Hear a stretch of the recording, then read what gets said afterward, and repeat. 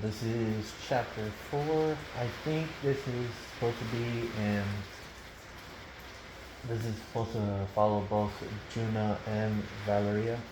There isn't a certain perspective that we're supposed to view this chapter from. It's gonna be both sides. Third person, anyways. Juna and Valeria are sitting at the kitchen table. The vase of roses has been moved to the counter so they can see each other. Juna is eating one last helping, even though he's basically full. And Valeria is wiping her plate with pieces of bread. Do you remember when we went to the canoe trip together? She asked, emptied the last of the wine into Juna's glass. I think about that summer a lot. The two of them had decided to spend the night on a small island they had spotted.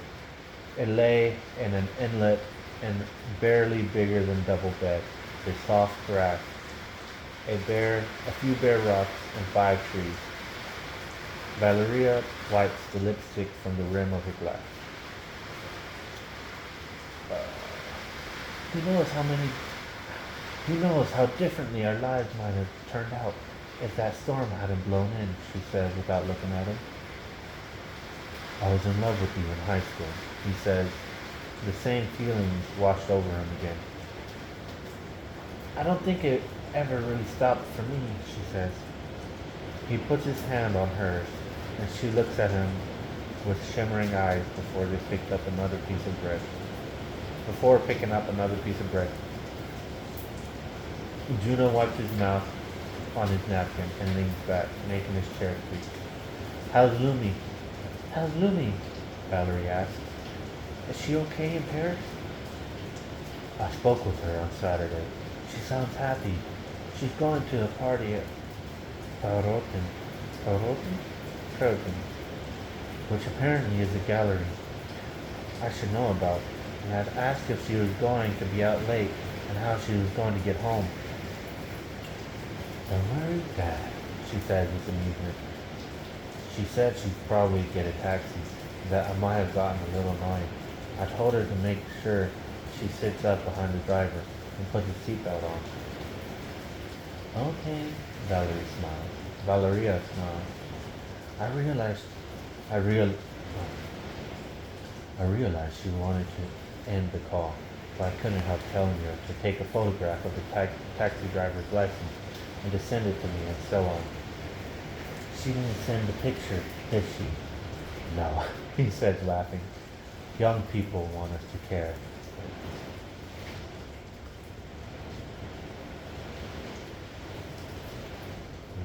Young people want us to care, but not too much. They want us to have faith in them. I know, but it just comes out. I have trouble not thinking like a police officer. They remain seated at the table, drinking the last of the wine. They talk about the nursery and Valeria's 2 sons. The darkness outside is thick now. Juna thanks her for the meal and starts to clear the plate. Excuse me.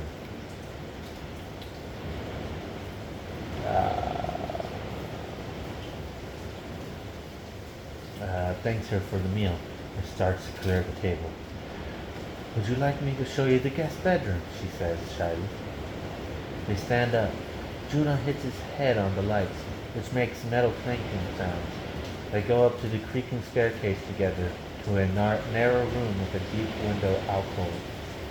Nice, he says, stopping right behind her. She turns around and finds herself unexpectedly close to him, moves backward and gestures slightly awkwardly towards the wardrobe.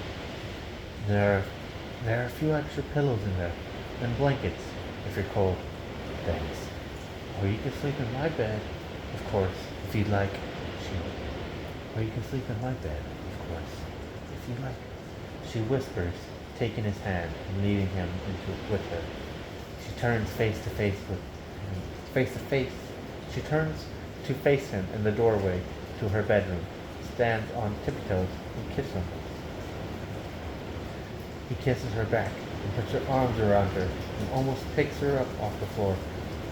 Shall we make the sheets of the tent? He whispers. That's what we always used to do. She smiles and feels her heart beat faster. She, so basically, they have, yeah, they sleep in the bed together. I'm not gonna read that. It makes me cringe. I'm not, no, it makes me cringe with stuff, feelings. And that's the end of chapter 4.